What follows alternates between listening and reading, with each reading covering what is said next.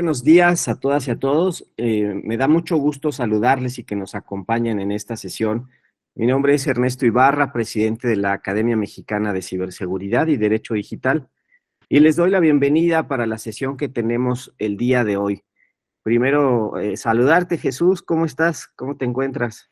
Muchas gracias, mi estimado Ernesto, por la invitación. Pues encantado de la vida de estar aquí con ustedes compartiendo pues hoy uno de estos temas tan álgidos, tan importantes. Así es. Pues muchas gracias, Jesús. Nosotros somos los complacidos con tu presencia. Permítanme leer brevemente parte de la semblanza de Jesús para que sepamos quién tenemos hoy para exponernos esta sesión. Jesús es maestro en Derecho y Justicia Penal Internacional por la Universidad de Turín y en el Instituto Interregional de las Naciones Unidas para la Investigación del Delito y la Justicia. También es licenciado en Derecho por la Universidad Iberoamericana y cuenta con estudios de doctorado en Derecho en la Universidad Complutense de Madrid. Actualmente es socio de la firma JMJ Partners and Lawyers, firma especializada en materia penal, penal internacional, prevención de lavado de dinero y compliance. También es director editorial para México de la editorial Walter Kluwer y coordinador de las áreas de Fiscal, Jurídico Corporativo y Comercio Exterior de la revista IDC, Asesor Fiscal, Jurídico y Laboral. Es también coordinador de la Comisión de Derecho Penal Internacional, coordinador de cátedra de la universitaria y director general de la revista El Ilustre, del Ilustre y Nacional Colegio de Abogados de México, INCAM.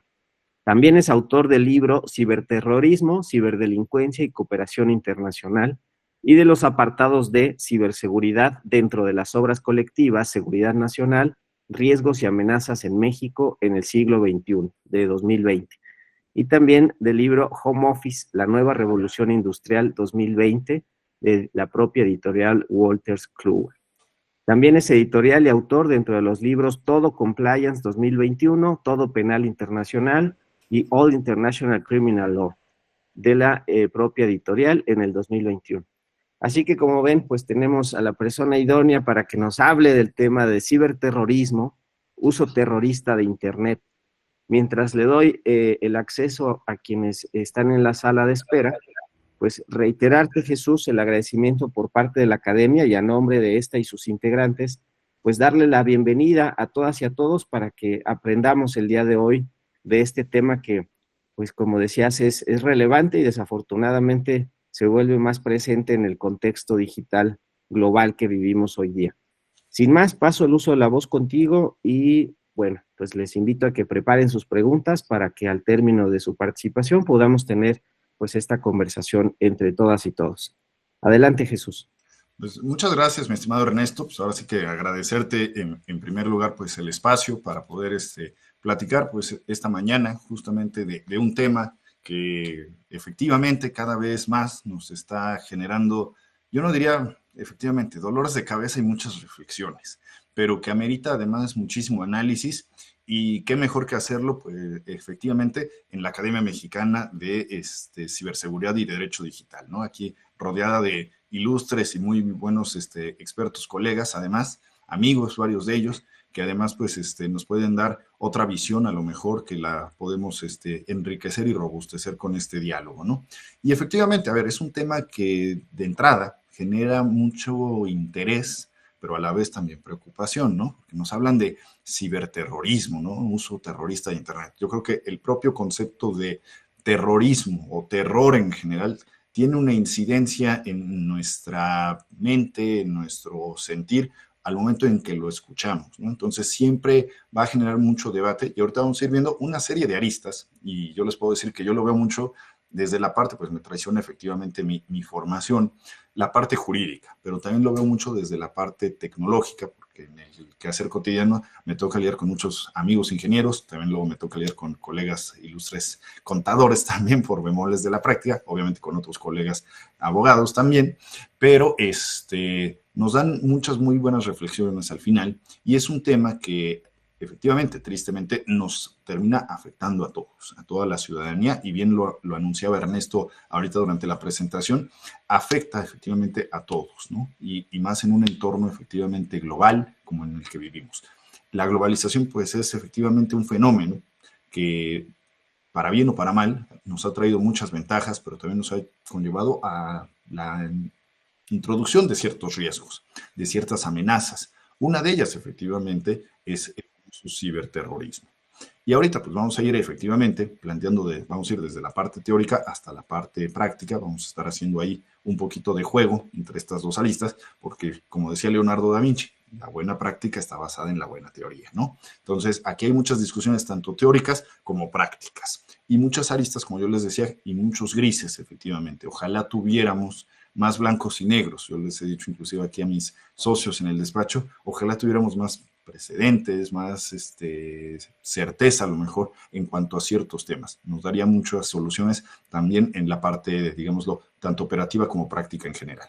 Y bueno, vamos a partir primero. Efectivamente, yo preparé aquí esta presentación que luego pues se las haré llegar efectivamente a través de nuestro presidente, del buen Ernesto, para que la tengan y esté ahí a disposición de todas y de todos. Y vamos a empezar efectivamente a ver, pues primero, ¿qué es el ciberespacio? ¿No? Y concebimos el ciberespacio. Esta es una percepción muy particular, vamos, que de su servidor.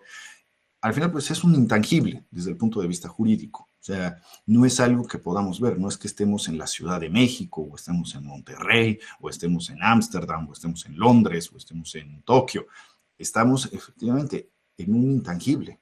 Hoy, para esta sesión, para estar escuchando ustedes las tonterías de su servidor, pues están en diferentes rincones del planeta. A lo mejor muchos de ustedes están efectivamente en México, en alguno de los distintos lugares de la República, pero no necesariamente deben de estar ahí. Podrían estar en Colombia, podrían estar en España, podrían estar en Italia, podrían estar en Corea, podrían estar en Australia, podrían estar en cualquier latitud, escuchando, obviamente, uso horario de por medio. Pero ¿cómo concebimos al ciberespacio? Pues lo concebimos efectivamente como este metaespacio, como un intangible, que a la vez, desde el punto de vista jurídico, como les decía, se vuelve también un Amazonas salvaje. ¿Por qué un Amazonas salvaje? Porque, a ver, hay un principio básico en el derecho, perdonarán, a mí no me gusta mucho usar latinajos, pero es de los pocos latinajos que manejamos, que dice ubi societas civi jus, que al final significa donde hay sociedad hay derecho. Al final, pues vemos efectivamente que hay una sociedad digital, es más, hay una sociedad global. La pregunta es, ¿hay un derecho digital? ¿Hay un derecho global? Este ha sido gran parte de los dilemas que nos hemos planteado efectivamente desde la parte jurídica. ¿Por qué? Porque cada fuente del derecho va nutriendo a las diferentes ramas del conocimiento jurídico, y en cuanto al tema digital pareciera que hablamos de algunas cuestiones transversales. O sea, hay diferentes ramas jurídicas que han surgido, algunas a lo mejor con menos bagaje histórico, otras con mayor trayectoria, pero todas parecen interactuar en algún punto con el ciberespacio. Entonces, pareciera también que muchas veces hablamos de que es un tema pues colateral, o que si realmente pues existiría un derecho digital como tal, ¿no? Nutrido por todas estas ramas, como puede ser el derecho civil, el derecho familiar, el derecho penal, el derecho de la propiedad intelectual, o inclusive el propio derecho tributario fiscal, ¿no? ¿Por qué? Porque todo esto tiene una incidencia también en estos entornos digitales, que al final, efectivamente, y ahorita les voy a ir concibiendo esta percepción, o van a ir entendiendo parte de esta percepción, hablamos de que también es una Amazonas salvaje, efectivamente, y que se vuelve en algunas cuestiones un mundo oscuro, porque muchas veces asemejamos el derecho, o emparejamos el derecho, tristemente, a una cuestión regulatoria, una cuestión normativa, ¿no? O sea, una de las típicas definiciones del derecho es conjunto de normas. Pues el derecho no es nada más un conjunto de normas. El derecho, pues es, y yo retomo aquí una pues, definición ya un poco antigua, pero que creo que efectivamente entraña mucha razón. El derecho se trata de equilibrar el arbitrio de uno con el arbitrio de otro bajo un principio de libertad.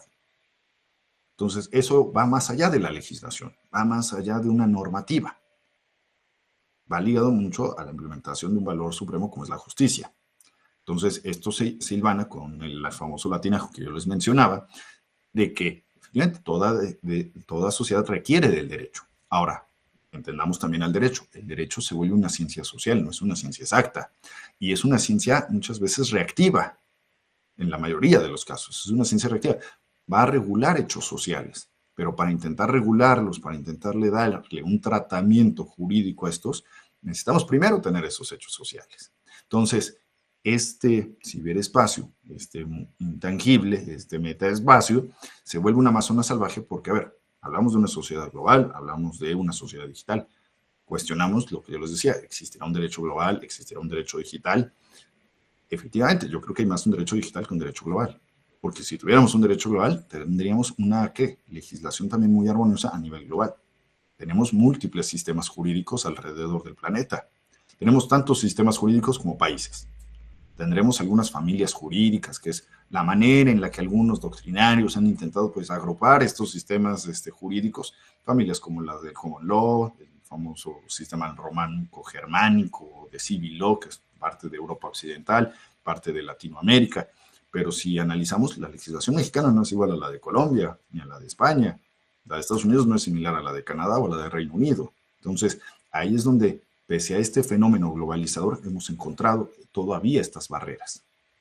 Algunos internacionalistas, y también me traiciona mucho esta formación internacional, como decía Ernesto, yo he tenido una trayectoria de Naciones Unidas y pues no en balde me han influenciado, que muchas veces decimos, hay que quitarnos tal vez un poco pues, el famoso penacho, ¿no? O dejar de envolvernos tanto tal vez en esa bandera nacionalista. A ver, se los dice alguien orgullosamente mexicano, pero efectivamente hay que ir rompiendo mucho esto porque, a ver, ante este dilema, efectivamente hablamos que es una amazona salvaje, un mundo oscuro, porque no hay una constitución del ciberespacio, no hay un código penal del ciberespacio.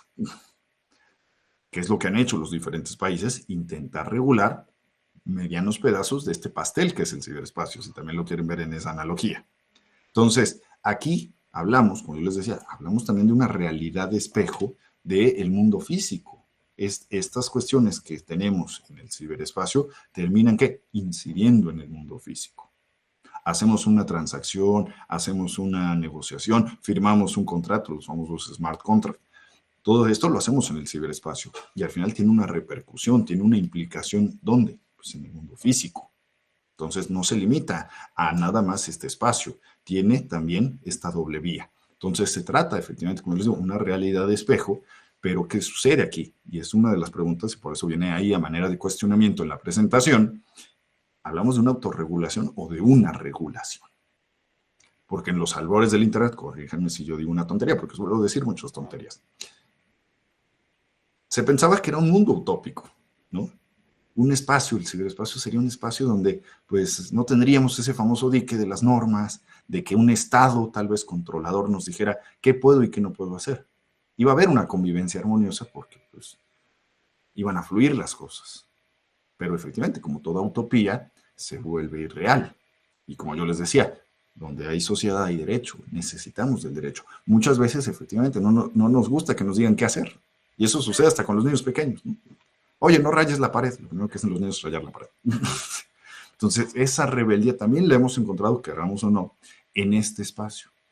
Ante esa carencia de una armonización global en cuanto a temas de legislación, porque al final el derecho, nos guste o nos disguste, se termina viendo tanto influenciado, diagonal, viciado, por otro tipo de fenómenos. Fenómenos como cuáles? Pues la economía, la política, la misma historia. Los primeros dos juegan un rol muy importante al momento, por ejemplo, de fijar ese cúmulo de normas. Atendemos a intereses económicos, a fines políticos muchas veces. Entonces, eso tristemente luego termina incidiendo en el tipo de normativa que nos entrega, en cómo se va a dar un tratamiento jurídico a esos hechos sociales que vivimos todos los días. Entonces, mucho de este espacio ha terminado autorregulándose, pero vamos a ir viendo, tiene sus beneficios, tiene sus desventajas, tanto una como la otra. Pero ese es el entorno que nos ha entregado el ciberespacio. Ahora, a mí Ernesto me pidió efectivamente que viéramos este tema del ciberterrorismo. Y para ello, pues tristemente, desde la parte jurídica, tenemos que hablar de qué? Pues, de los delitos. Y los delitos pues, son estudiados, al menos desde la óptica jurídica, por el derecho penal. En este caso, como les digo, me traiciona mi formación, más que el derecho penal que termina viéndose rebasado, porque el derecho penal, nuevamente, estudia qué? Cuestiones locales. Y un delito puede ser, tal vez, una conducta efectivamente antijurídica, culpable, punible, pero lo es en esta región, o lo es en este estado, o es dentro de esta familia jurídica, pero no necesariamente lo va a ser en otra. Entonces, ahí vamos a empezar también con ejemplos, como yo les decía, de estas diferentes visiones de la realidad, de cómo terminan chocando muchas veces estas cuestiones. Yo siempre pongo un ejemplo muy pues enigmático y que creo que tristemente se termina luego vinculando con el tema toral de nuestra sesión. A ver, la blasfemia. Yo puedo decir una blasfemia en México y no es un delito. Pero si yo voy a Arabia Saudita, por ejemplo, ahora tan en boga el tema de los saudíes, no solamente no es un delito grave, cuya pena, cuya sanción es la pena de muerte. Entonces, si se fijan bien, es un giro de 360 grados. Es más, aquí en México o en otro tipo de países, a lo mejor, esa blasfemia, ese chiste que yo podría hacer del profeta Mahoma o cualquier cuestión religiosa o vinculada con el Islam, al final podrán decir, pues es libertad de expresión. A lo mejor caerá mal mi chiste, no será muy bien recibido en algunos entornos, pero es una simple expresión. No tiene una repercusión más allá que a lo mejor una posible censura, un posible cuestionamiento. No tiene una incidencia como lo pudiera tener en Arabia Saudita. Por ello es que efectivamente entra aquí el famoso derecho penal internacional, un derecho penal internacional que va a estudiar los delitos desde otra óptica. No se va a limitar, como lo es el derecho penal tradicional, nada más estas circunscripciones, digamos, locales. Entonces, para ello necesitamos una nueva tipología de los delitos. Esta tipología de los delitos que nos va a mostrar que efectivamente la evolución delictiva, porque a ver, la evolución delictiva, y desmiéntanme si yo estoy diciendo también algún tipo de cuestión que no sea así, es ya global. O sea, ya tenemos delitos cuya escalada, cuyas repercusiones, cuyos agentes, cuyos sujetos, tanto activos como pasivos, no son nada más de un nicho local, de un nicho inclusive hasta nacional, sino que trascienden fronteras. Entonces, por ello tenemos delitos de carácter local o nacional, que son aquellos que, por ejemplo, en el caso de México, encontramos en el Código Penal Federal, en los códigos de las entidades o en la legislación penal que tenemos en nuestro país, que reciben ese tratamiento circunscrito, pues, ¿qué? A la jurisdicción mexicana. Pero también tenemos delitos internacionales. Existe una jurisdicción internacional, existe un tribunal internacional en materia penal, de manera permanente, complementaria, muy criticado en su haber, pero que, a ver, ojo, ya tiene 20 años de existencia, como es la Corte Penal Internacional, y que juzga ciertos delitos que han sido, ¿qué?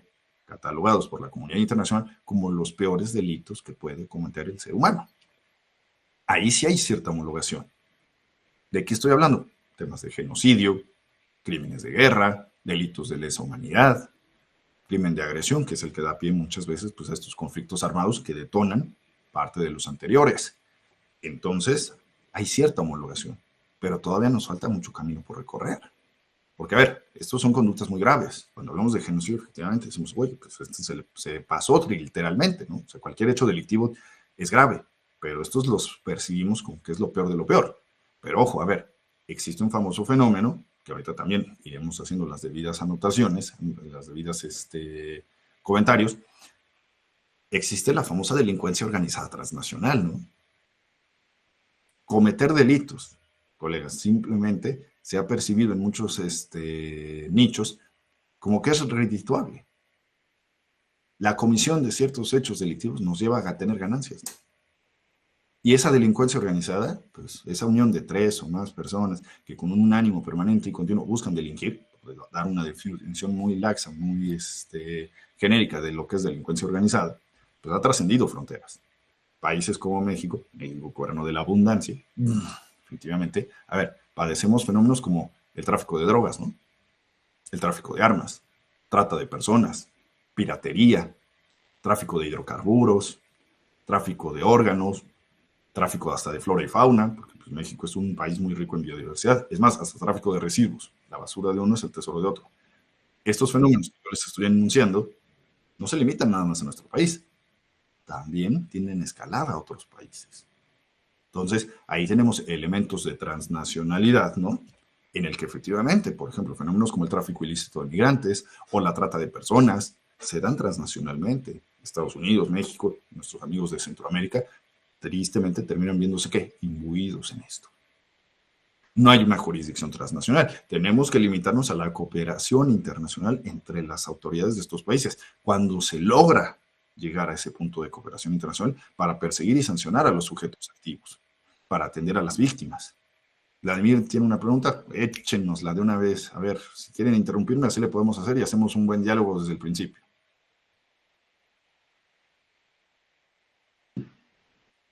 Bueno, si quieres así, dame oportunidad De habilitarlos, por favor. Si quieren, así lo vamos haciendo y así no perdemos el hilo y armamos un bonito diálogo desde el inicio. Listo, Vladimir, ya tienes acceso al micrófono. Adelante. No, gracias, fue un error, gracias, sigo escuchando. Súper, bueno, perfectísimo, Vladimir. Bueno, pues igual, si tienen alguna pregunta, algún comentario, échenoslo ahí de bote pronto. Y efectivamente, a ver, estos fenómenos delictivos han trascendido a las fronteras. Entonces, ¿qué vamos a hacer? Y han tenido repercusiones, pero ojo, eso no excluye que también tengamos delitos de carácter global. Delitos que efectivamente a lo mejor no forman parte de esta jurisdicción internacional, pero que tienen una escalada global. Y ahí podemos hablar de algunos delitos ambientales, ¿no? Efectivamente, un derrame petrolero a lo mejor afecta directamente las aguas de sus territorios, de esa región, pero terminan repercutiendo ¿qué? Paulatinamente alrededor del planeta. La piratería marítima, ahora marcada también, como lo menciona Naciones Unidas, ya no tanto como piratería marítima, porque pensamos en la piratería marítima y se nos vienen a la mente pues, parches, pericos en los hombros, patas de palo, pero pues, la piratería marítima sigue existiendo y es la mayor amenaza al comercio internacional. Y el comercio internacional, colegas, todavía que se gesta, yo creo que en más de un 50% por la vía marítima. Y inclusive, como les decía, Naciones Unidas ya no la denomina piratería marítima, la denomina delincuencia marítima. Son fenómenos de carácter global. Y lo mismo nos sucede con el famoso terrorismo. El terrorismo, un ataque terrorista en un aeropuerto, ¿a cuántas personas no afecta? ¿Cuántos países no se ven involucrados? ¿Cuántas jurisdicciones no tendrían que tener una intervención? Entonces ya hablamos de fenómenos globales que tristemente terminan ¿qué? Repercutiendo o siendo perseguidos y sancionados nada más en la esfera local, cuando bien nos va. Pero adicional a este fenómeno global, ¿qué pasa con los famosos ciberdelitos? ¿Qué tratamiento les damos? Porque además, esta clasificación que yo les doy, esta nueva tipología de los delitos, no es rígida, no es estática. Habría que ver escenario con escenario para ver qué tratamiento le podemos dar. Y ahí es donde entra, como yo les decía, hablamos de un nuevo metaespacio, de un espacio diferente, de un Amazonas muchas veces salvaje, como es este ciberespacio, y por eso hablamos de delitos ubicuos, que son los famosos ciberdelitos. ¿Por qué? Porque se cometen en todos lados y en ninguno al mismo tiempo.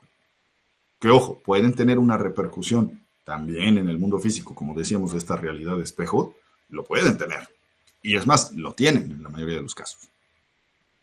¿Qué es lo que hacemos? Pues luego, tristemente, los terminamos tratando como delitos locales. ¿Cuándo? Y luego entramos en problemas de, justamente, el juego de las jurisdicciones. Oye, es que el sujeto activo es de mi nacionalidad. Oye, es que los hechos se cometieron en este lado. Oye, es que la víctima también es de esta otra nacionalidad. Oye, es que los recursos están en tal lado. Oye, es que fue un delito continuado, entonces hay varios escaloncitos que seguir. ¿Qué hacemos? La persecución y la sanción se vuelve complicada. Y ojo, los mismos ciberdelitos también tienen, y lo iremos viendo más adelante, su propio tratamiento. Pero ¿qué sucede nuevamente con nuestro tema toral? El terrorismo. Y aquí yo les voy a dar un concepto que efectivamente muchas veces se nos olvida. Porque pensamos en el terrorismo y pensamos en todas estas cuestiones, uso terrorista de internet, ciberterrorismo.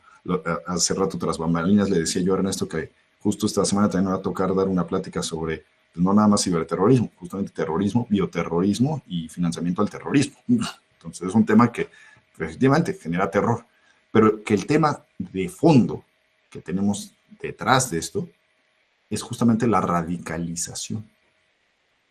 Porque hablamos de terrorismo y queremos solucionar el terrorismo.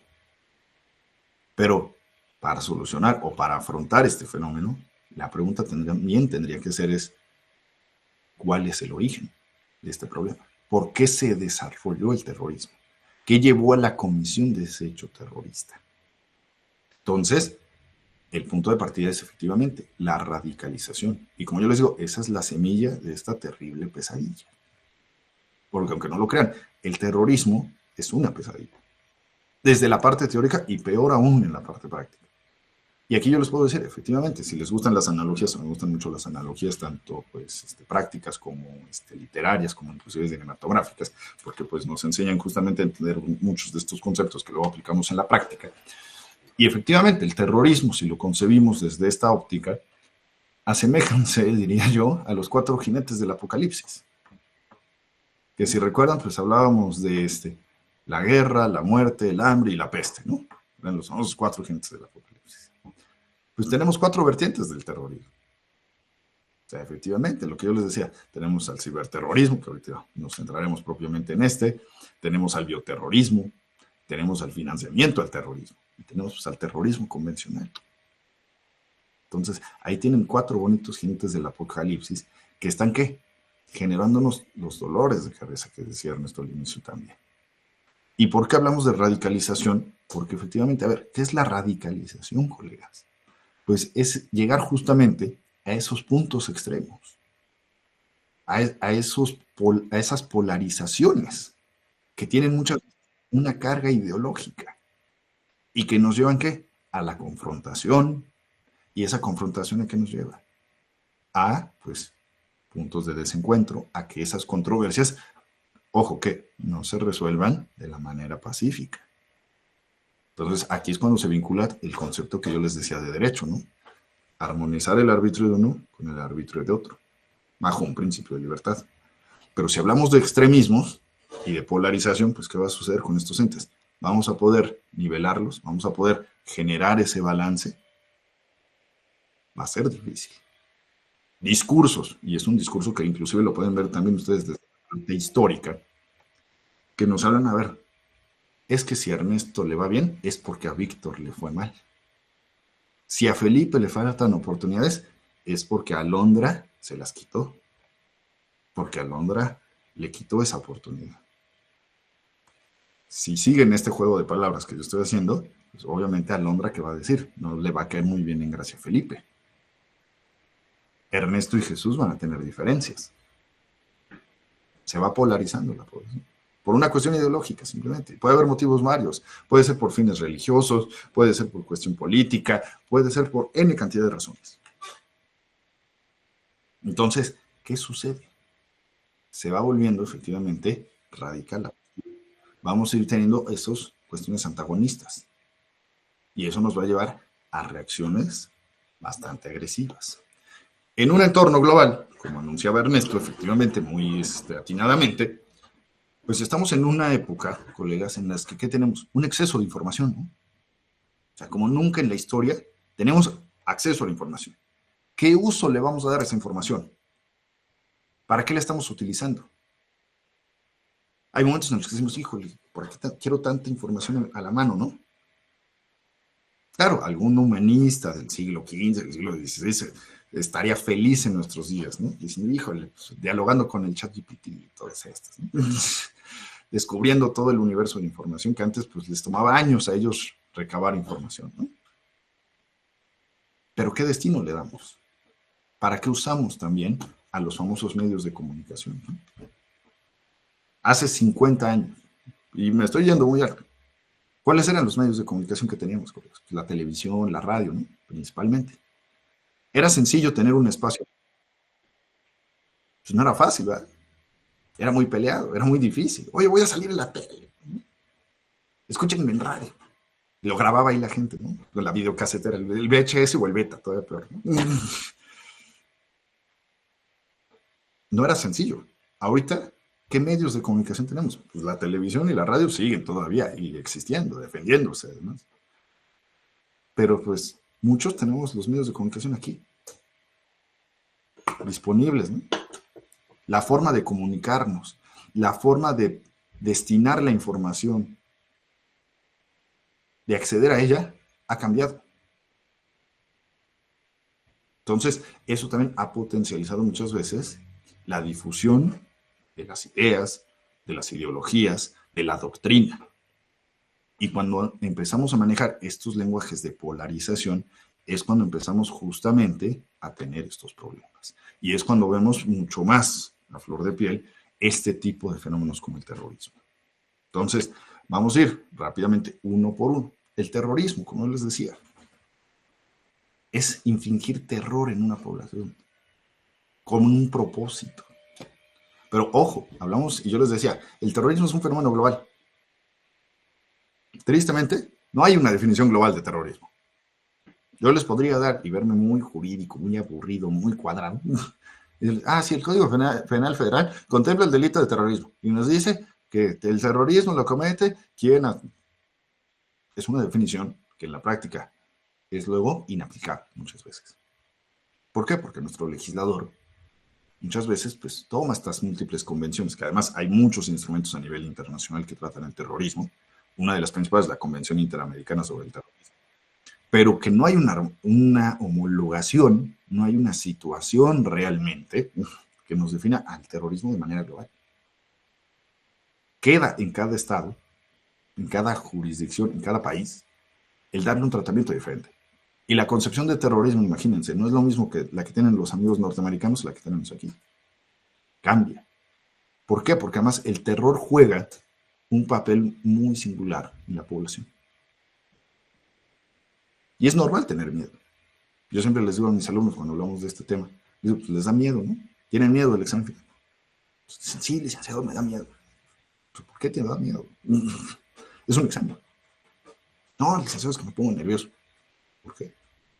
Y ojo, no es un fenómeno reciente, es un fenómeno muy antiguo, que obviamente, se potencializó durante este siglo con el famoso ataque del 11 de septiembre, que ya está por tener un aniversario más, un poco menos de un mes, perdón. Pero el terrorismo es tan antiguo, colegas, que si nos remontamos, y también mucho aquí es dependiendo del ojo con el que lo vemos,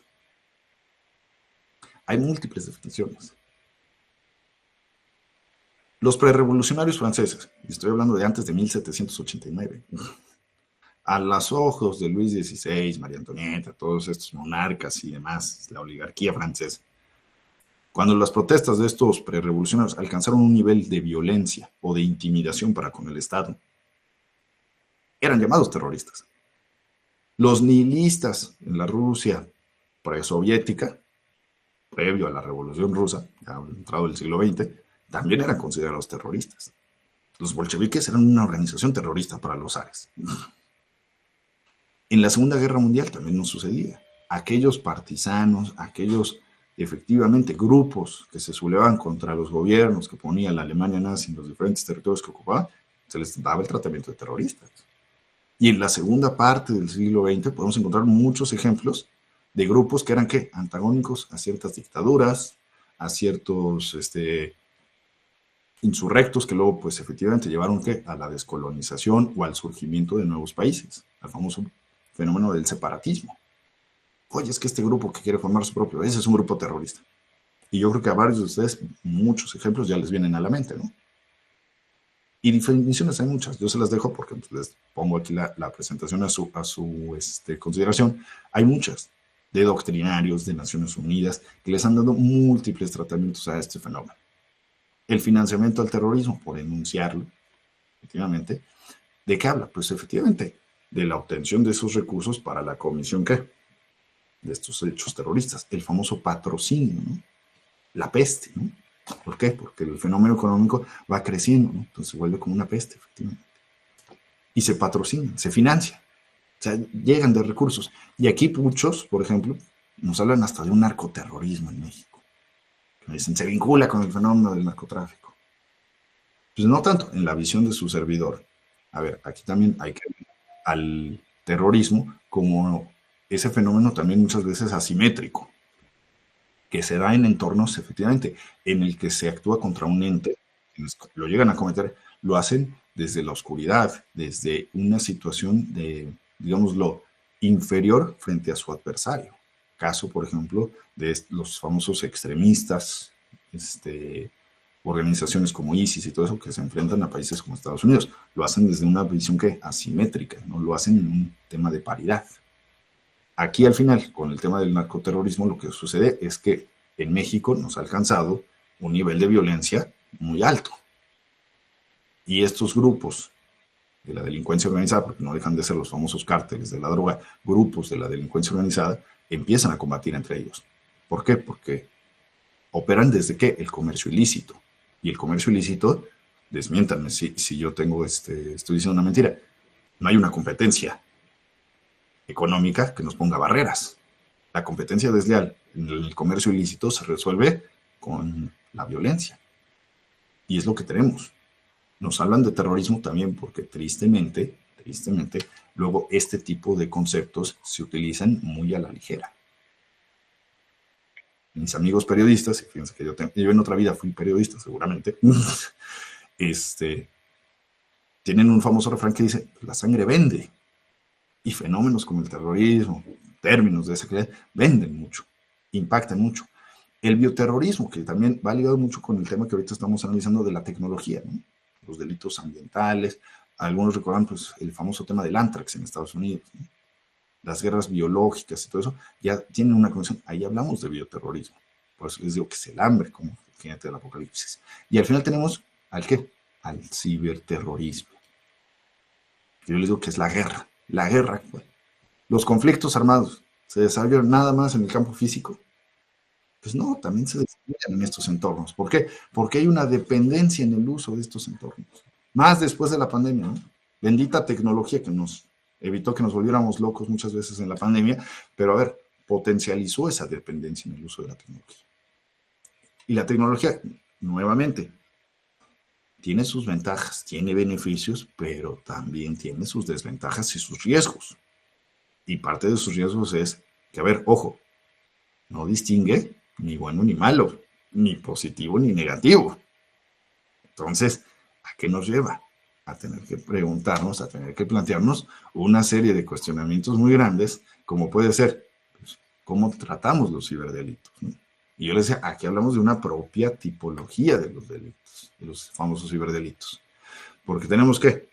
Una identidad digital, tenemos todavía privacidad, manejo de datos, manejo de la información, existe un patrimonio digital, existen cuestiones de propiedad intelectual, acá, contempladas en el ciberespacio. Pero también existe, ¿qué? La seguridad, ¿no? En concreto, la ciberseguridad. Y aquí es donde muchos, a nivel doctrinario, hemos llegado a discutir o a debatir sobre estos famosos conceptos. Decía, hablamos de lo mismo de un ciberdelito, que es un delito informático, o hasta de un delito digital, propiamente.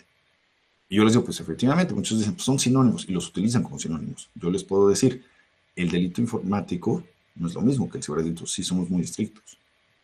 ¿Por qué? Porque no es lo mismo utilizar a la tecnología como medio comisivo para llevar a cabo un delito, a que el delito se geste en estos entornos y aparte repercute en el mundo físico, como es efectivamente un ciberdelito, que es en esencia eso. El concepto de delito digital, como yo les decía, si seguimos todavía discutiendo de la existencia de un derecho digital, pues hablar de un derecho penal digital o de un derecho digital penal nos va a seguir costando mucho trabajo, pero miren, son estos foros, estos espacios, los que justamente nos van nutriendo de mayores ideas, abonando en la construcción, parte de la enorme y bondadosa función, por ejemplo, que tiene la academia, y que le agradecemos obviamente acá a nuestro presidente que esté justamente haciendo esfuerzos en ese sentido, porque abonen la discusión, abonen la construcción, efectivamente, de este tipo de conceptos, que nos van a ayudar que, paulatinamente, a tener una mejor práctica. Porque como yo decía, la buena práctica debe estar basada en la buena teoría. Entonces, es parte de este panorama. Y como yo decía también, si les podemos compartir una infografía, pues vamos a negociar.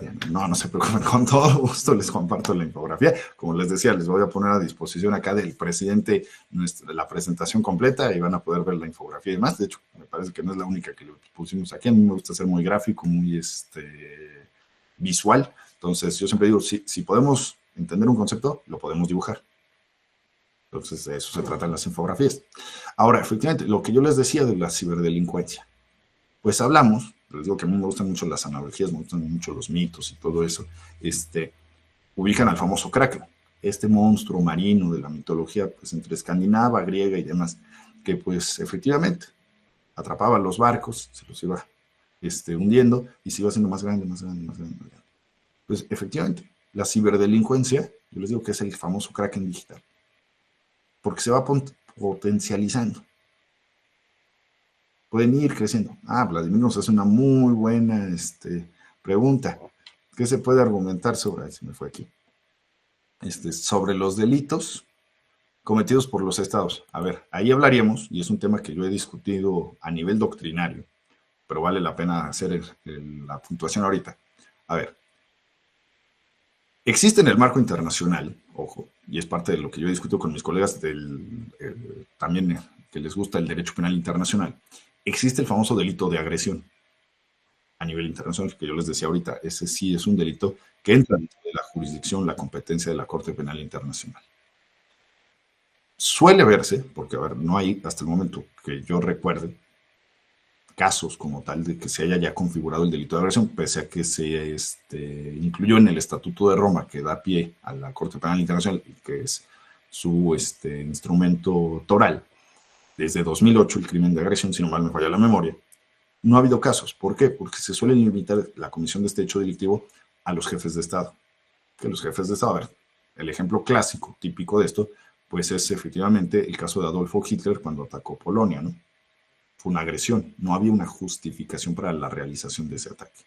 Si hablamos de ciberdelitos cometidos por estados, podríamos entrar, les digo, es parte de una discusión todavía doctrinaria que la hemos tenido a estos niveles y que me parece que es algo, híjole, que ya rayan en el plano práctico y que se podría estar configurando.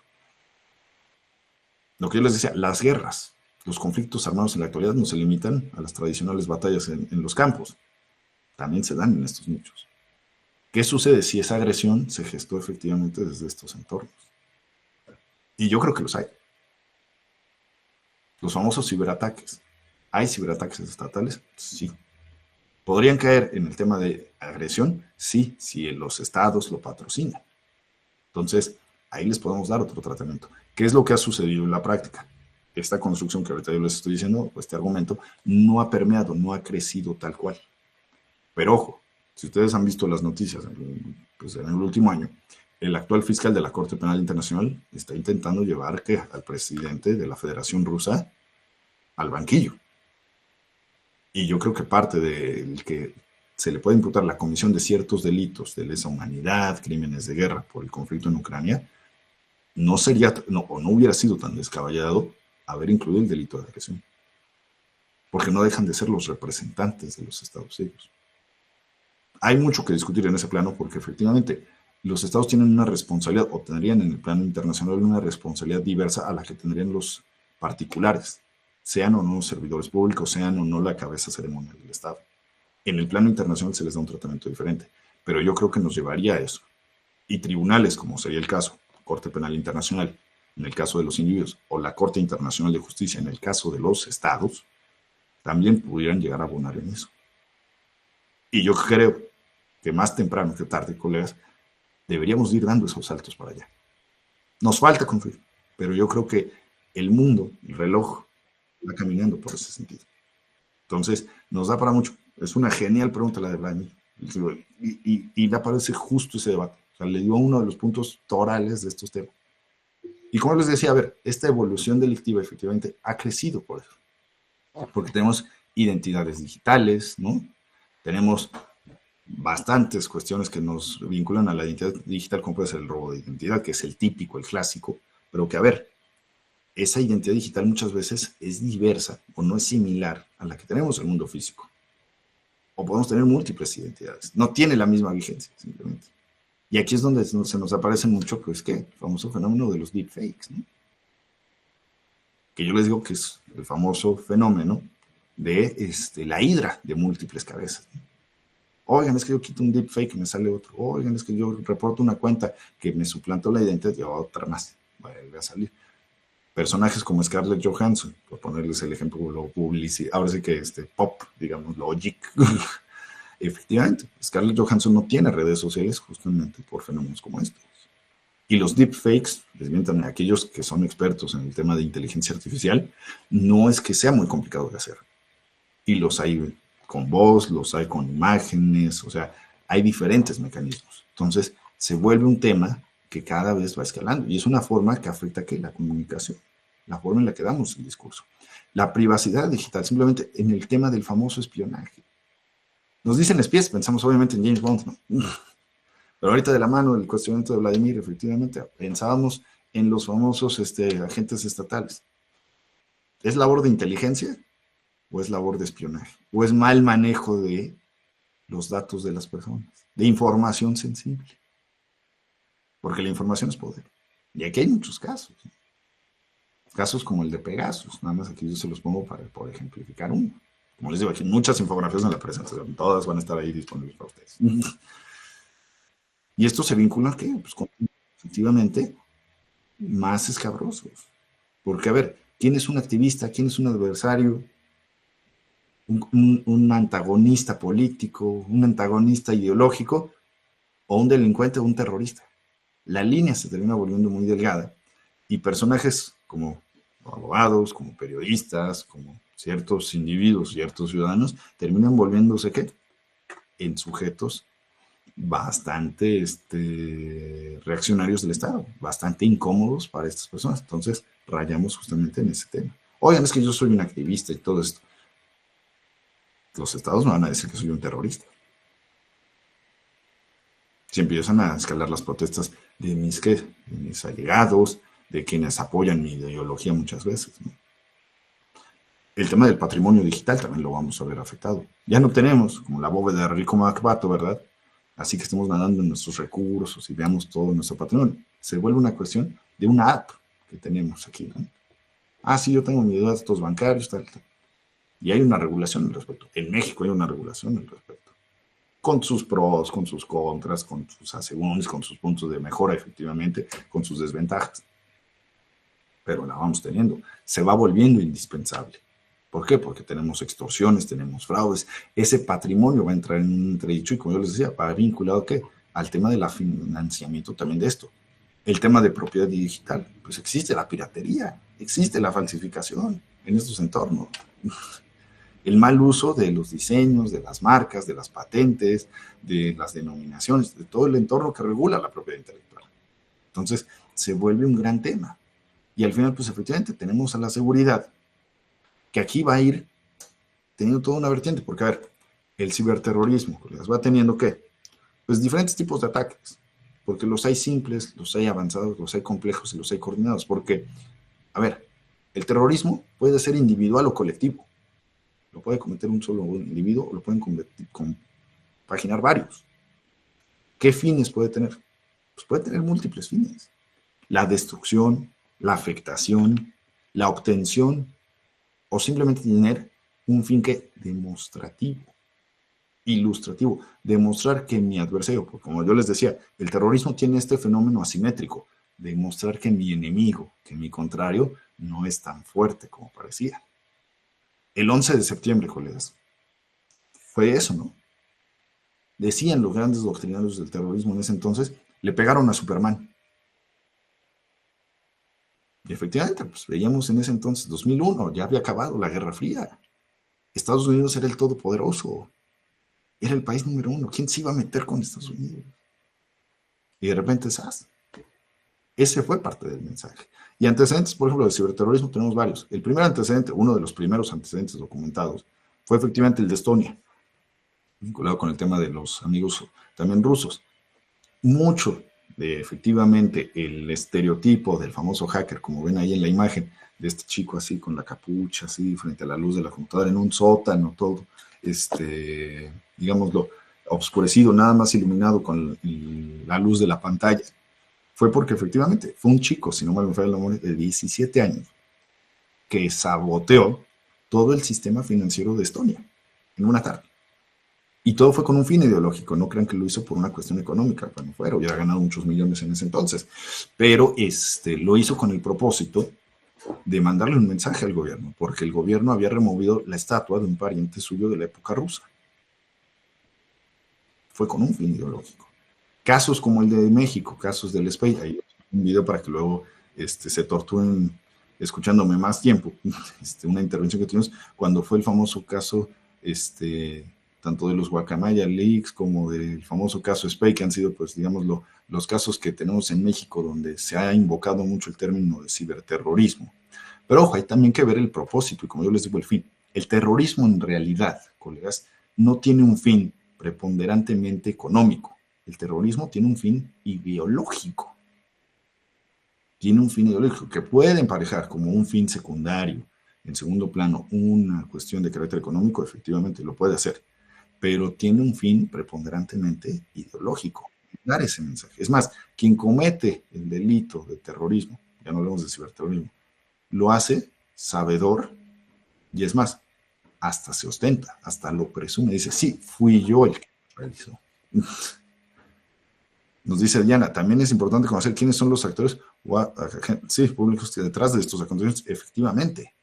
Entonces, en el caso, por ejemplo, el caso de México, el caso del SPEI, no se trató de un tema realmente, al menos de la información que se ha obtenido ya, como dirían, a la luz del tiempo, que se tratara de un fin realmente ideológico, fue más un fin económico. O sea, sabotear al sistema financiero lo hicieron para obtener recursos y el sistema bancario fue el más afectado. Las aseguradoras ni se diga, pero bueno, tampoco es que las amigas aseguradoras sean las mejores, pero ojo, terminan siendo víctimas. Y aquí se vincula mucho con otro tema que también le gusta mucho aquí a mi buen amigo Ernesto, el tema de las noticias falsas, las fake news, el manejo de la información. ¿Por qué? Porque, como yo les decía, la información es poder. Y el uso de noticias falsas también nos puede llevar al escenario de hablar de terrorismo, del mal manejo que se le da a la información. Lo que yo les decía en el inicio, la comunicación, cómo transmitimos el mensaje, para qué lo transmitimos. Aquí yo les pongo igual una bonita infografía en cuanto a noticias falsas y verdaderas. Si somos rodeados de tanta información y en una sociedad, tristemente, se los dice alguien que lo padece también desde la parte editorial, cada vez lee menos, que no leemos las noticias completas, leemos los bonitos encabezados. Díganos, Carlos, adelante, levantó la mano.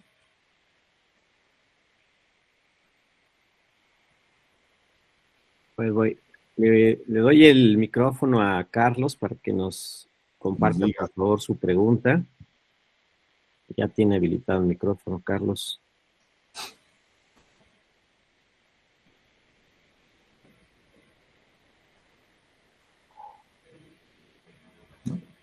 Carlos, ya tiene habilitado el micrófono, si gusta hacer la pregunta a Jesús. Échenos la pregunta. No, tal vez solo, sí, mejor continuemos y ya... Continuemos, sí, si no después le damos cabida, o si no, mándenosla en el chat, y acá la leemos y le damos. Nos dice Alondra, a ver, Alondra sí nos pregunta algo, dice, buen día, en la actualidad muchas personas usan Facebook como medio de información, pero se quedan solo con lo que se lee ahí, no se dan a la tarea de leer medios oficiales. Efectivamente, Alondra, y yo diría más, muchas de las redes sociales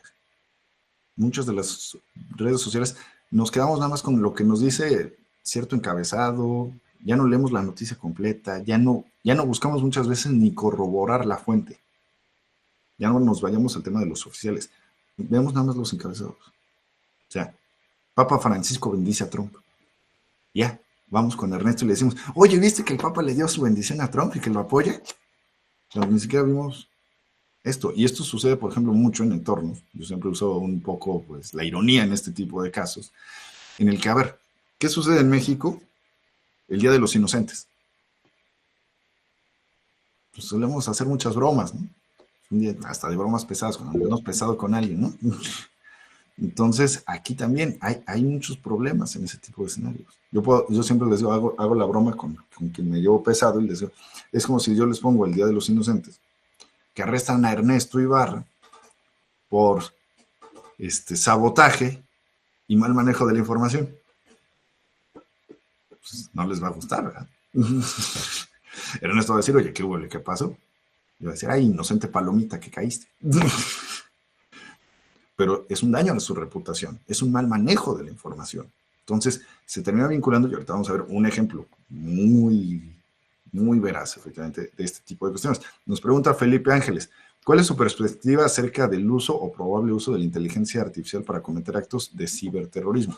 A ver, yo les puedo decir, Felipe, efectivamente, a ver, en el tema de inteligencia artificial, no es un tema, a ver, adquirido en el último año, desmétame, Ernesto, si estoy yo mal, ha adquirido mucho posicionamiento, tal cual, o mucha visibilidad, pero tampoco es que hablemos de una cuestión reciente. La inteligencia artificial tiene muchos años, muchos años operando. Y yo creo que, a ver, en el tema de los deepfakes, yo les puedo decir que ya se utiliza para la comisión de ciertos actos de ciberterrorismo. Y se ha utilizado hasta para mandar ciertos mensajes de ciberterrorismo. O sea, ¿por qué? Y ahorita es parte de lo que vamos a mencionar. Porque hay una distinción, si no, ahorita aprovecho para hacerla. Hay una distinción tal cual entre lo que es ciberterrorismo y uso terrorista de Internet. Y esto nos lo entregan muchos de los doctrinarios europeos que se han dado realmente, ahí es donde se ha hecho mucho el debate. Autores como Francesca Bosco, por ejemplo, nos decía que el uso terrorista de Internet lo podríamos circunscribir a efectivamente el uso de estos espacios, en este caso las redes sociales, para efectivamente transmitir estos mensajes terroristas de la comisión, de enaltecimiento, de presunción, ¿no? De fomento a los actos terroristas. Caso, por ejemplo, para ponerles el ejemplo, caso de ISIS, ¿no?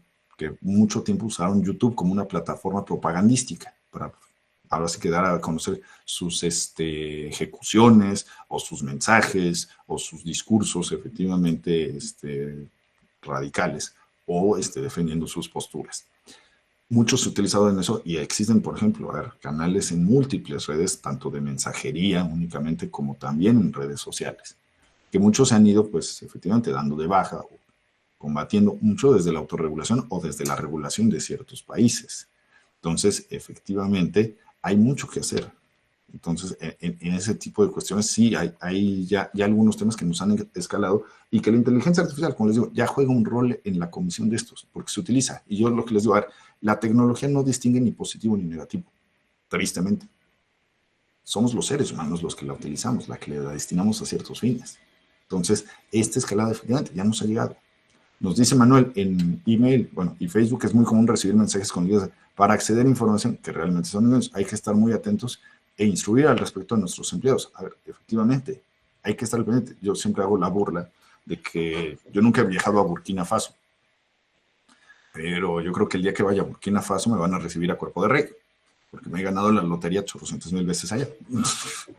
Y he recibido o soy susceptible de recibir donativos de personas de quién sabe cuántos países que me dicen, no, sí, es que contáctenos porque necesitamos su ayuda, porque hemos visto su perfil y una persona ya, digámoslo, agonizante quiere hacerle un donativo. Entonces, efectivamente, son cuestiones, como bien dice Manuel, hay que concientizar a las personas. Por eso yo aplaudo mucho este tipo de foros, este tipo de escenarios, en el que también podemos dar a conocer este tipo de cuestiones. O sea, gran parte de la prevención de la comisión de estos hechos delictivos es justamente concientizando, previendo efectivamente esta parte de las situaciones. Alberto nos dice, apoyo completamente el comentario de Alondra. Creo que va más allá de darle valor a este tipo de noticias. Creo que es cultura de darle valor a Facebook o a lo que se publica en esa red social. Es que, a ver, yo he discutido mucho y pese al tema de lo que pueda decir, pues, el dueño de esa red social, ¿no? Y dice, es que para mí no es un portal de noticias. Y efectivamente, yo creo que también es una cuestión cultural. Y es una cuestión cultural, y yo les diría, es una cuestión de costumbre. Porque tristemente, colegas, y a ver, creo que ahí también deberíamos de hacer una reflexión al respecto. ¿Cuántas horas de nuestro día no le dedicamos a las redes sociales? Muchísimo, muchísimo. En cualquier red social, a ver, las múltiples redes sociales. ¿Qué hacemos en esas redes sociales? ¿Para qué las utilizamos? A ver, fines hay muchos, y un fin positivo o negativo también depende de qué categoría le demos. Un fin puede ser distracción, distraernos, o sea, me meto para curiosear, para ver los chismes, las novedades, el último meme, pero darle el peso a lo que es. Y eso efectivamente, creo que retomando el comentario de Alondra, no vemos las fuentes oficiales. O sea, si me meto a Facebook y me sale la noticia de lo del Papa y Trump, le doy ese peso cuando a lo mejor, a ver, fue una noticia falsa, o sea, fue del Deforma, ¿no? O es un chiste y no me estoy dando cuenta, no me estoy percatando de esa situación. Entonces, creo también que ahí debemos darle el real peso a las cosas. Yo siempre hago un poco de forma peyorativa, pero a ver, es la visión de su servidor, no sé. A mí Facebook se me asemeja ahora a que se ha vuelto como la sección amarilla. Porque entro y lo primero que veo son anuncios, publicidad, oferta de múltiples, de servicios y productos varios. Y siempre ha sido un chismógrafo. Entonces, realmente es un portal de noticias. Pues, ¿qué tipo de noticias queremos ver, no? Entonces, ahí sí es concientizar y darle el peso y corroborar la información. Felipe de Jesús nos dice, Cuasi Tocayo, dice, ¿qué legislación existe en México respecto a los ciberdelitos? Hay una iniciativa en el Congreso Legal, pero nada. Aquí, pues, mi buen Ernesto me va a desmentir de las últimas actualizaciones, pero, a ver, y creo que es algo que hemos discutido él y yo en otras ocasiones, y también con otros colegas. Cada periodo legislativo hay un, digámoslo, congresista, para incluir tanto a diputados, senadores y demás, de múltiples banderas partidistas, ahí sí, azules, tricolores, guindas, del color que gusten y manden, de múltiples latitudes de la República. Nunca falta un ocurrente que manda una propuesta en materia de ciberdelitos. Siempre. Algunas más prósperas, algunas menos prósperas, algunas peores, algunas terroríficas, ¿no? Y otras que a lo mejor pues, son esfuerzos medianamente nobles. Tristemente ninguno ha podido ver la luz. Y gran parte de ello creo que es porque nos hace falta, efectivamente, generar todavía mucha concientización. O sea, yo aplaudo mucho los esfuerzos que hace acá nuestro presidente, y no lo digo porque esté aquí, lo digo más cuando justamente él no está, de efectivamente buscar esa interacción y abrir esas brechas y esos canales luego con los actores involucrados, porque vemos a los legisladores, vemos a los asesores y no están documentados en estos temas. O sea, no dimensionan, no ven la perspectiva que tienen estos, o las incidencias, las consecuencias, las repercusiones que pueden tener estos temas, y quedamos en el escenario de la autorregulación. Nos quedamos ahí, en soluciones vagas, o muchas veces en soluciones que nos dan pues, las entidades, porque retomando también el punto de la legislación de los ciberdelitos, a ver, como yo les decía, no tenemos un código penal del ciberespacio, no hay una ley especial en contra de los ciberdelitos, por ponerle un nombre, una denominación, sino que los vemos luego, algunos de ellos desperdigados en múltiples ordenamientos, y algunos son de carácter federal, algunos son de carácter estatal, y pues terminamos jugando, efectivamente, yo les diría, a la ruleta rusa, muchas veces, en muchos de los casos, y no todos los estados luego lo tienen. Yo les puedo decir, acá en el despacho nos han tocado ahorita algunos casos, no es tema de esta plática, pero lo menciono nada más por poner el tema coyuntural, efectivamente, para ilustrar, un caso de Ley Olimpia, y nos lo han bateado a Querétaro, porque han rastreado la IP del posible sujeto activo allá, entonces nos aventaron el caso allá.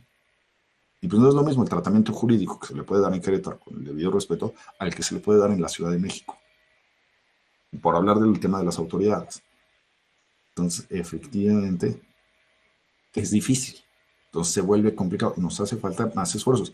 Que ojo, también, no es que tengamos una regulación, y esto siempre a mí me gusta hacer, pues, el comentario aquí, no es que tengamos una legislación y ya digamos, ya, se solucionó el problema, ya tenemos la legislación, ya. Es perfecta, es inmaculada. No, también toda legislación admite reformas, admite adecuaciones. Y luego al legislador es el primero que se le olvida eso. Dice, ya publicamos, ya emitimos esta norma. Oye, pero la tienes que adecuar, la tienes que cambiar, porque pues, el mundo va avanzando, y lo que decimos al inicio, el derecho es una ciencia reactiva. No, pero ¿cómo la vas a mover? Pues ya cambió el fenómeno delictivo. Es más, ya cambió los hechos sociales, ahora son de esta manera. Entonces, cambia. Nos dice Manuel, yo en lo personal no veo las redes sociales como medio de noticias, a menos que sea un canal ciertamente de noticias. Fuera de eso, todo es chisme. Efectivamente. ¿A quién seguimos, qué seguimos y qué contenido queremos seguir? O sea, no es lo mismo que yo diga a lo mejor, medios de comunicación, pues ya no digamos ni tradicionales, a los simples medios de comunicación, a los portales de noticias, a que yo siga a lo mejor, pues a futbolistas, por ponerles un ejemplo, ¿no? O a o artistas, o actores, es otro tipo de contenido. Entonces también ahí vale la pena mucho el ver este tipo de cuestiones. Lo que yo les digo, el fenómeno de la mala información, aquí, como les digo, me gusta mucho a mí hacerlo gráfico, hacerlo ilustrativo. Pues, a ver, se presta, como dirían las abuelas, ni tanto que apriete ni tanto que afloje. Hay que buscar el punto medio. Yo ahorita, por ejemplo, hacía un mal chiste de nuestro presidente, es una sátira por el Día de los Inocentes, pero me van a censurar por eso. pues si es por un bien mayor, pues vale la pena. El contenido engañoso, ¿cuánto contenido engañoso no hay en el ciberespacio? Pues muchísimo. El tema de la suplantación de la identidad, a ver, nos ha rebasado. No sabemos con quién interactuamos del otro lado. Entonces, hay que ver también estos contextos. Esa información que puede ser de un impostor, de un falsificador, que puede ser fabricada, que puede ser manipulada, que simplemente nos va a dar pues, un contexto erróneo de la situación, es parte del problema. Es parte del problema. Entonces, tenemos que tener mucho ojo ahí y verlo en su dimensión. Y por eso yo los pongo aquí. Ya estamos pasando un poco de tiempo, pero justo para concluir, pero pues han habido muy buenas preguntas y muy buenas intervenciones. En México tuvimos, yo creo que algunos de ustedes tal vez lo conocerán, tuvimos un caso del famoso tuiterrorismo, que aquí yo les dejo parte de la semblanza en video. Para resumirlo, a ver, fue un caso de noticias falsas, pero escaló porque tuvo una implicación en el gobierno en ese entonces de Veracruz, en el que el entonces gobernador tomó cartas en el asunto, ya se imaginarán quién, les digo el pecado, no el pecador, y efectivamente tuvo una incidencia porque quiso acusar a unas personas que efectivamente habían difundido la noticia bajo el desconocimiento, en la ignorancia, las querían acusar de terrorismo y sabotaje. Entonces, y introdujeron un tipo penal en ese entonces, que obviamente luego terminó siendo declarado inconstitucional por la Corte, porque efectivamente era totalmente inconstitucional ese tipo penal ahí en Veracruz, que luego además el legislador tabasqueño volvió a retomar el delito de perturbación del orden público. Un tipo penal netamente inconstitucional. O sea, que rayaba en un limbo, efectivamente, porque era tan abierto que, híjole, pues aguas con lo que se pudiera decir, ¿no? Entonces, efectivamente, hay muchos ejemplos de esto. Este es uno paradigmático. Ahí les dejo una plática también que tuvimos en una sesión de los colegios de abogados, también que hablamos de esto. Y pues dentro de las conclusiones, hay muchos que reflexionar, efectivamente, en estos temas, como yo les decía. La dependencia de la tecnología no nos la vamos a quitar. A ver, está bien usar la tecnología, pero hay que saberla usar. Hay que conocer sus ventajas, sus desventajas, estar actualizado, cosa que es bastante difícil en estos temas, pero pues hay que intentar hacerlo. ¿Qué tanta confianza nos puede brindar? ¿Qué tanta regulación podemos hacer? Pues lo que yo les decía hace también unos minutos, hay que ser conscientes de que se necesita una regulación efectivamente, pero una regulación que también seamos conscientes de que debe de estar atendiendo a los fenómenos que se dan ahí afuera, los fenómenos sociales. Entonces, tener una estrategia, pensar que la ciberseguridad ya no es un plus, sino que es una necesidad. Porque ahorita yo lo veo tanto en el plano corporativo como en el plano, digámoslo, personal, físico, con nuestros clientes aquí en el despacho, en el que les hablamos de ciberseguridad y luego nos dicen, híjole, pues es que eso, como que nos lo mandan a un segundo plano. Es indispensable. ¿Por qué? Porque hay fenómenos, como yo les digo, la ciberguerra, temas como el home office, que ahorita pues mal llamado home office, pero pues, porque juntamos dos entes muy malos, tanto el trabajo como la casa, pues son dos entes que no deberían de juntarse. Pero el trabajo a distancia se logra muchas veces gracias al uso de la tecnología. Entonces, saberlo usar. Temas del compliance, que está muy de moda en el sector jurídico, pues también tiene una incidencia en la parte tecnológica, en el manejo de datos, en el establecimiento de mejores mecanismos, tiempo de respuesta, en la protección de los equipos, en su actualización, en su mantenimiento, en el uso de ciertas licencias, de permisos. Es un panorama muy amplio. En el tema internacional, que yo les decía, pues, la cooperación internacional muchas veces no se logra. ¿Por qué? Porque estamos atados luego a intereses políticos, a cuestiones económicas. Las empresas también luego juegan otro factor muy importante y llegan a tener estos conflictos con los países. Google tiene un enfrentamiento ahorita, por ejemplo, con Turquía. Y no es propiamente con Turquía, seamos más precisos, es con el gobierno actual de Turquía. Entonces, ¿por qué lo tienen? Por un desencuentro. Entonces, ¿por qué? Tenemos múltiples instrumentos. Les digo, a ver, la Convención de Budapest, que nos hablaba de los ciberdelitos, todo eso. La Convención de Budapest era un genial instrumento en 2001. Estamos en 2023. Ya ha cambiado mucho el fenómeno delictivo en poco más de 20 años. Tenemos las convenciones de Ginebra en el plano de los conflictos armados y todo esto. Como yo les decía en parte de la sesión, han evolucionado ya se utiliza, y no es reciente, a ver, no es nada más del conflicto ahorita reciente que vemos a lo mejor de Rusia y Ucrania, ya tiene un amplio andar este tema. ¿Qué se va a hacer? Otros instrumentos, convenciones de Mérida, convenciones de Palermo, pues sí, efectivamente, fenómenos como la corrupción, como el que yo les decía, la delincuencia organizada transnacional, ya se vale de la tecnología para cometer estos delitos. Fenómenos delictivos, yo siempre pongo, y me voy ahora sí como dicen, hasta el punto extremo, fenómenos como la trata de personas, que la trata de personas es creo que de los delitos más complejos y más lacerantes para las víctimas. En la actualidad se comete gran parte de eso, se lleva a cabo por medio de ciberdelitos. ¿Por qué? Porque se lo lleva a cabo por redes sociales, esa labor de captación. Entonces, híjole, es muchísimo. Entonces, ¿qué tratamiento se le va a dar? Convención de estas, pues efectivamente, también necesitan adecuarse para que luego se adecuen también los instrumentos de las diferentes naciones, de los países, de las jurisdicciones que lo van a tratar. El Estatuto de Roma, que yo les decía que da pie a la Corte Penal Internacional, yo creo que tendrían que ir ampliando su mandato, ir ampliando obviamente su competencia, su jurisdicción en otros delitos, no nada más en el tema de pues, delitos de lesa humanidad, crímenes de guerra, que ya es bastante, genocidio, pero ampliar el horizonte y armonizar los conceptos. Existe la iniciativa Christchurch, que efectivamente yo creo que también algunos la han de ubicar, que fue justamente después de esta terrible matanza, esa masacre que se gestó en Nueva Zelanda, en el que gobiernos como el neozelandés, el francés, se unieron junto con Meta, con otras empresas, a intentar ¿qué? Prevenir y sancionar efectivamente, el uso terrorista de las redes sociales, del fomento de este tipo de hechos. Entonces, nos queda mucho por hacer. Les digo, un derecho digital penal, me suena que todavía estamos en esa construcción. Hay que abonarlo más.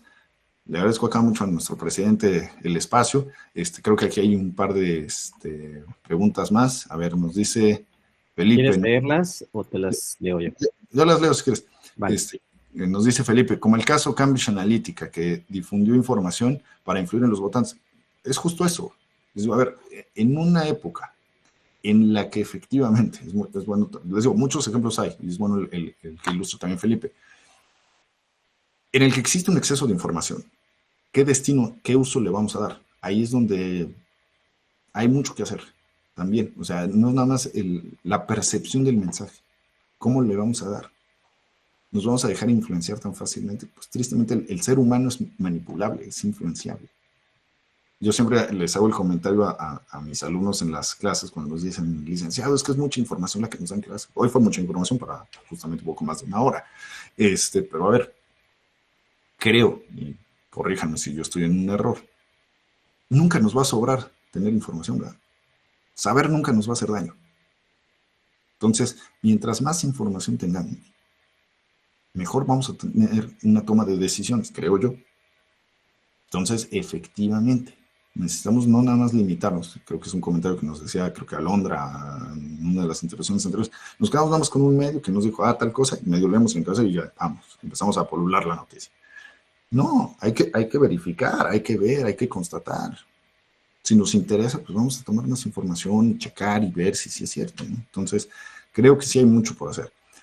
Nos dice Agustín, hola, si un servidor me gustaría participar al finalizar, pues claro, échenosla, pero a ver sí, adelante, Agustín, ya tienes habilitado el micrófono y la cámara. Sí, díganos. Gracias, muy buenos días a todos. Gracias, Jesús, Ernesto, por la participación. Bueno, nada más, creo que son un par de preguntas, pero poniendo en contexto, tu servidor trabaja en una terminal portuaria en Lázaro Cárdenas, en Michoacán. Y hablando muy relacionado a esto del ciberterrorismo, pues todas las terminales, a nivel internacional, se rigen sobre algo que se llama código PBIP, Código de Protección de Instalaciones Portuarias y Buques.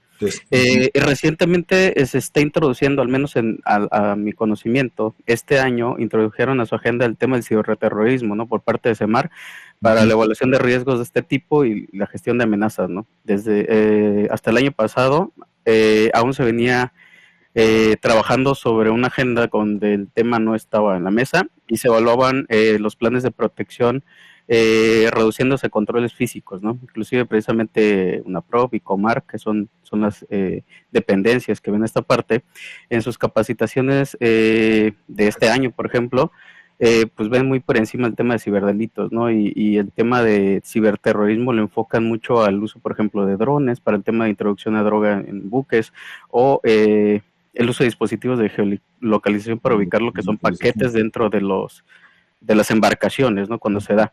Y va muy por ese lado. Entonces, mi pregunta sería, desde tu perspectiva, ¿cómo está México en este aspecto de prevención contra el ciberterrorismo? Esa sería la primera pregunta, entendiendo el carácter transfronterizo, ¿no? Como bien decías, no estamos limitados al Estado, sino pues precisamente en este tema, por ejemplo, el comercio internacional, pues se da el tema transfronterizo, ¿no? Que muchas veces pues se comete aquí, pero pues a lo mejor el ciberdelincuente viene de fuera, ¿no? O en este caso el ciberterrorista. Esa es una. Y la otra, como bien mencionabas, pues hay diferentes instrumentos que hoy no se han podido, o a los que México no se ha adicionado, como el tema del convenio de Budapest. ¿Qué tan viable ves esta adición de México a este convenio, ¿no? Que sería un primer paso, entiendo. Sí, no, perfecto. No, mire, es cierto, y qué bueno que, y justo se me estaba yendo a hacer ese comentario, porque además es un tema muy, y que lo hemos visto aquí en el despacho, porque inclusive, a ver, es un tema que vincula la seguridad nacional. Y qué bueno que CEMAR, por ejemplo, y yo aplaudo estos esfuerzos. A mí me tocó dar mucho tiempo, por ejemplo, capacitación a la gente de Sedena, y a la gente de CEMAR, pero pues, ya fue hace algunos ayeres, efectivamente, en parte de estos temas. Y había mucha gente interesada, mucha gente voluntariosa por aprender, porque efectivamente son fenómenos que ya nos están sucediendo. O sea, lo que describo ahorita de los drones y todo eso, a ver, lo que yo les decía, la delincuencia utiliza a la tecnología con múltiples fines, algunos con fines ideológicos, otros con fines meramente económicos, para la transportación, para el abastecimiento, múltiples acciones, efectivamente. Qué bueno que ya lo traigan en la agenda, porque parte de las críticas que hemos hecho, menos aquí les puedo decir, nosotros en el despacho, en lo individual, porque les digo, se vuelve un tema que vincula la seguridad nacional, que es un término que en los últimos años ha sido muy mal manejado y que a mi muy particular punto de vista, lo han pisoteado mucho, porque no lo entienden. El terrorismo es una amenaza a la seguridad nacional. Y, por ejemplo, yo les puedo decir, en el sexenio anterior, sin entramarme en un tema, pues digámoslo, político, existía una estrategia de seguridad nacional. La actual administración, y miren que pues, ya le queda más para el ocaso que para otra cosa, no la tiene. Ha dejado muy en el despoblado o al arbitrio de cada dependencia de la Administración Pública Federal el darle un manejo, el darle un tratamiento. Y obviamente instituciones como Sedena, CEMAR y otras más, pues coadyuvan o tienen una injerencia en ese tema. Entonces, si no tenemos una estrategia de seguridad nacional que vincule temas como efectivamente puede ser terrorismo, la ciberdelincuencia, como puede ser también los desastres naturales, los riesgos sanitarios, la propia delincuencia organizada, son amenazas a la seguridad nacional, que el anterior plan de seguridad nacional sí lo contenía. ¿Por qué? Porque son cuestiones que amenazan que esa estabilidad nacional. Pero si no tenemos una estrategia, ¿cómo le vamos a llevar a cabo? ¿Qué vamos a ejecutar? Entonces damos bastonazos de ciego. Entonces, respondiendo a la primera pregunta de Agustín, efectivamente, a ver, creo que son muy nobles los esfuerzos que luego hacen algunos actores inclusive, porque a mí me ha tocado ver los actores en el campo, que efectivamente en muchos rincones del país, yo lo he visto, hacen magia con lo que hay. Entonces, efectivamente, se vuelve un tema que han intentado atraer, que han intentado implementar, que han intentado buscar, pues no solamente capacitación, sino también mecanismos para la aplicación de controles, de prevención o de inclusive reacción ante este tipo de hechos. Entonces, sí los hay.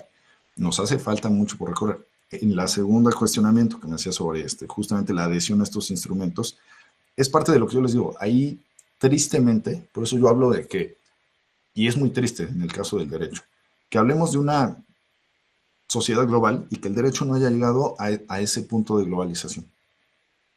Y creo mucho que es efectivamente intereses económicos, fines políticos los que nos terminan viciando. Y la adhesión a estos, pues digamos, los instrumentos, no deberíamos ni de discutirlos, deberíamos de implementarlos. O sea, lo que yo les digo, el Convenio de Budapest fue genial en su momento, 2001 efectivamente, la iniciativa que tuvieron estos países para concretar, principalmente europeos, Estados Unidos, Japón, y luego lo dejaron. México, como que en el escenario internacional, yo siempre hago un poco mofa o ironía, como les digo, me gusta mucho el humor negro, efectivamente. Pero a ver, México es el típico, en la escena internacional, México es el típico, que si ustedes lo ven en una analogía, efectivamente, a ver, es el típico cuate que ustedes invitan a la fiesta y que les dice, sí, claro, Agustín, yo voy a la fiesta. Es más, ¿qué te gusta tomar? Yo lo llevo. Dime, ¿qué te gusta? Cerveza, whisky, ron, vodka. Yo lo llevo. Cuenta conmigo. Ahí voy a estar. Llega a la fiesta y nunca llega. Ese es México en el escenario internacional. O sea, México nunca dice que no. Pero a la hora de la hora, ahí ya como que metemos freno de mano. Como que decimos, no gusta tanto. México, por ejemplo, en el caso del Convenio de Budapest, como que lo ha visto así. El Estatuto de Roma se implementó en ese entonces. Estoy hablando igual 98 para 2002. O sea, estamos hablando de inicios de este siglo. Nuevamente, México dijo, sí, esto está muy bien, suena, no sé qué. Reforma constitucional para, sí, cuando entre la competencia de la Corte acá, pues híjole, con sus asegúnes, a ver, déjame ver si el Senado lo autoriza. Es que metieron hasta una reforma constitucional como para adecuar ahí.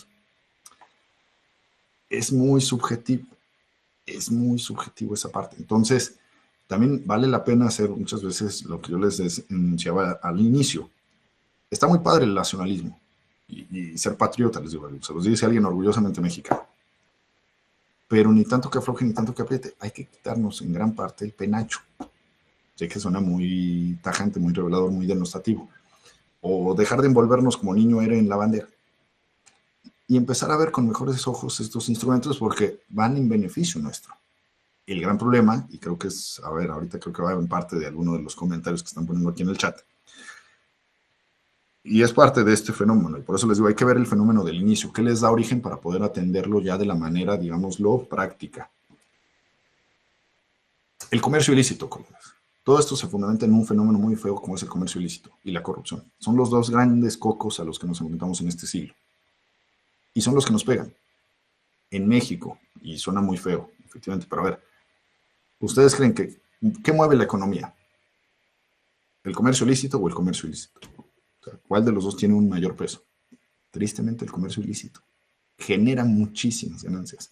La economía funciona, pero ¿qué sucede cuando esta economía funciona con base en este comercio ilícito?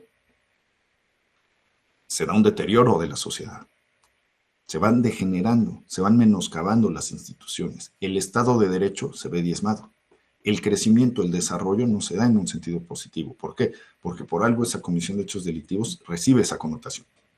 Cuando aumentamos y fomentamos este comercio ilícito por fines políticos, por intereses económicos, nos lleva a este deterioro, a este retroceso. Y México va en ese camino. Entonces hay que ir revirtiendo esa rueda.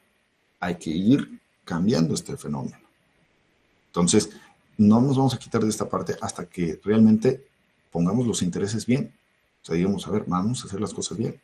Y más allá del Convenio de Budapest, que efectivamente, a ver, los legisladores podrían retomarlo y adecuarlo y acercarse. A ver, en la academia, corríjame Ernesto si yo estoy en un error, contamos con muchísimos expertos que aportarían grandísimas ideas para la construcción de una muy buena legislación.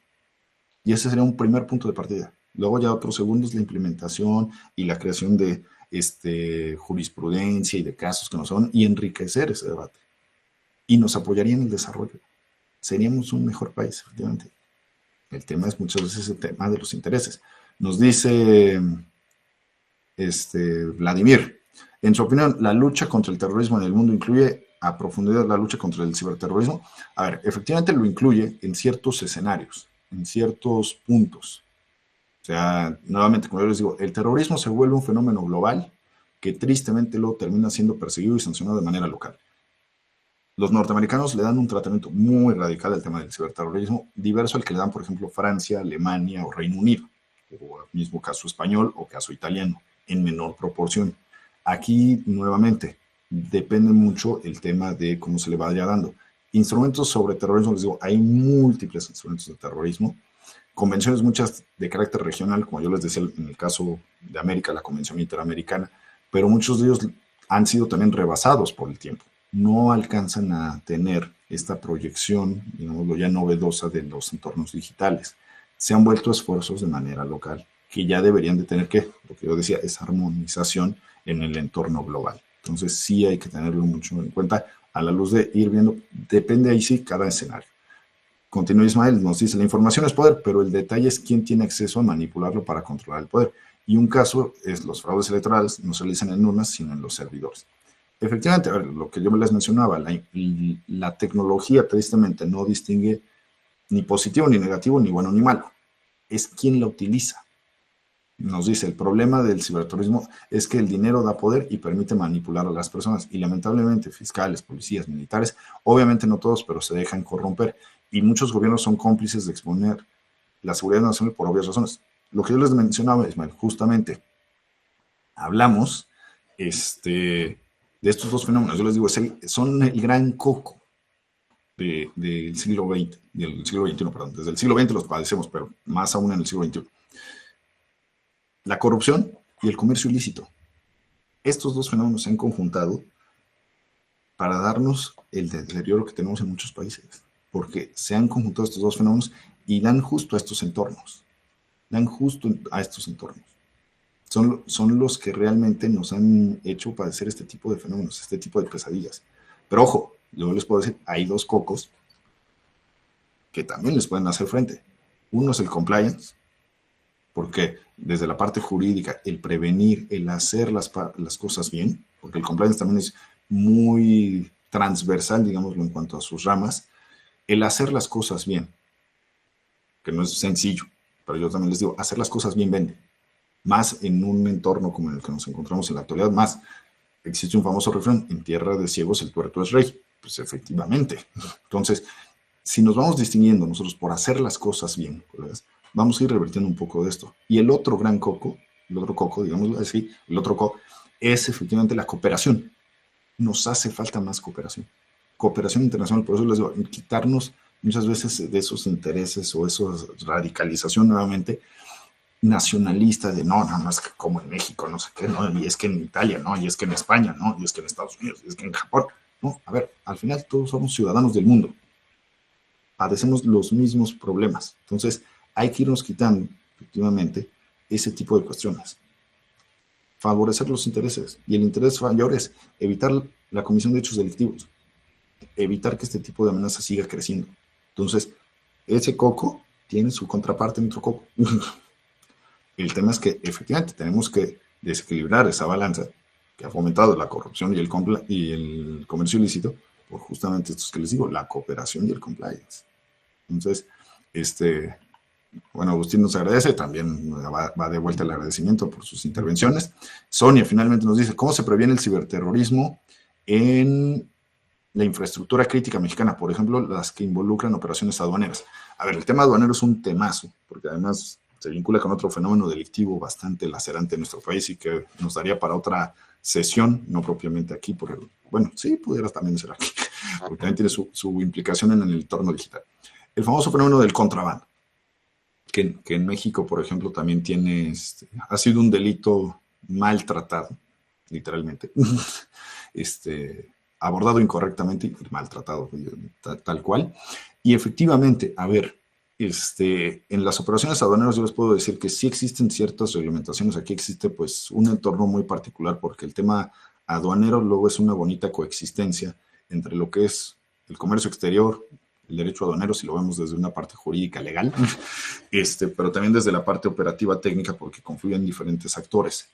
A nivel mexicano, por ejemplo, tenemos cuestiones que luego nos vincula la Secretaría de Economía y lugo también la Secretaría de Hacienda y Crédito Público, la famosa NAMA, ahora la Agencia Nacional de Aduanas, que también pues, ha tenido un pues, andar, digámoslo, bastante cuestionado, pero muchos se han dado, y yo les puedo decir, desde la parte más que legislativa o más que de política, ha sido desde la parte operativa, literalmente.